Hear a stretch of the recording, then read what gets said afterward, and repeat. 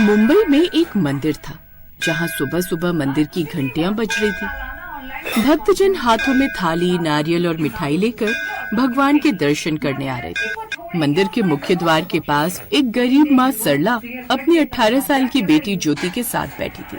उनके सामने बांस की टोकरी में गेंदे और गुलाब के फूल रखे थे और बेटी लोगों की ओर उम्मीद भरी नजरों से देख रही थी।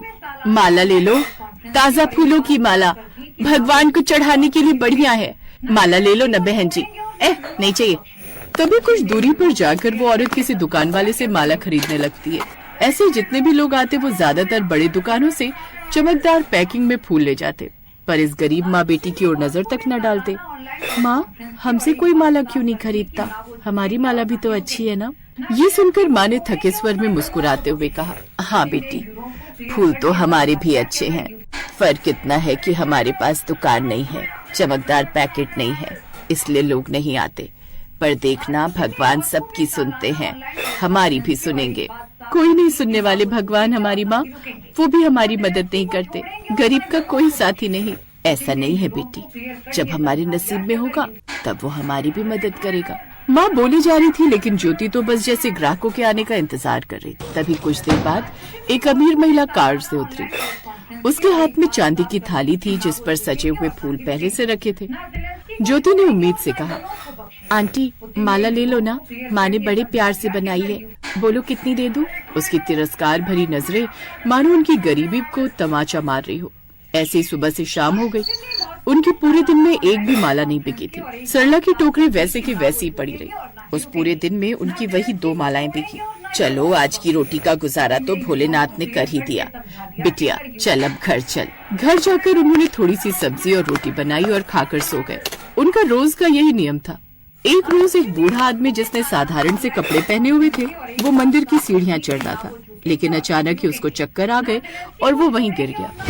उस बूढ़े को देख कोई भी उसकी मदद के लिए आगे नहीं आया। अरे बेटी, वो देख, लगता है उन्हें चक्कर आ गए। अब वो दोनों माँ बेटी उनकी मदद के लिए वहाँ चली जाती है। ज्योति बेटी, इन्हें पानी दे पीने को। हाँ माँ। अब वो उसे पीने को पानी देती है, जिससे उस बूढ़े आदमी को थोड़ा होश आता है। आप ठीक तो हैं अंकल जी?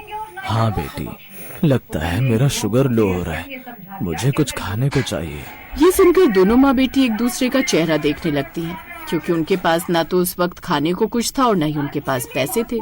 ज्योति बिटिया, तू एक काम कर, जल्दी से पंडित जी से कुछ खाने के लिए ले आ। माँ, मैं नहीं जा रही उन पंडित जी के पास। आपको पता है ना वो हम गरीबों से कैसे पेश आते हैं। 2 बातें और सुना देंगे मुझे। अरे तू वो सब छोड़ना, अभी इन्हें तुम्हारी जरूरत है, जा जल्दी से इनके लिए खाना ले आ। अब वो अपनी माँ के कहने पर पंडित जी के पास जाती है और उनसे प्रसाद मांगती है।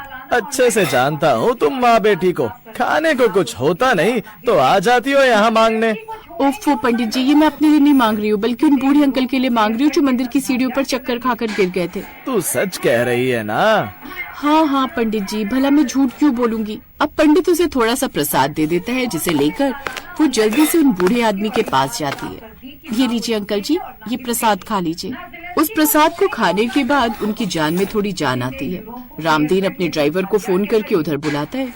कुछ देर बाद एक बड़ी सी गाड़ी वहाँ पर आकर रुकती है। इसके बाद रामदीन अपनी बड़ी सी गाड़ी में बैठकर वहाँ से चला जाता है। जिसके बाद ज्योति अपनी माँ से कहती है, देखा माँ, इन बड़े लोगों को ना हम गरीबों से कोई फर्क नहीं पड़ता, इनके लिए जो भी कर लो।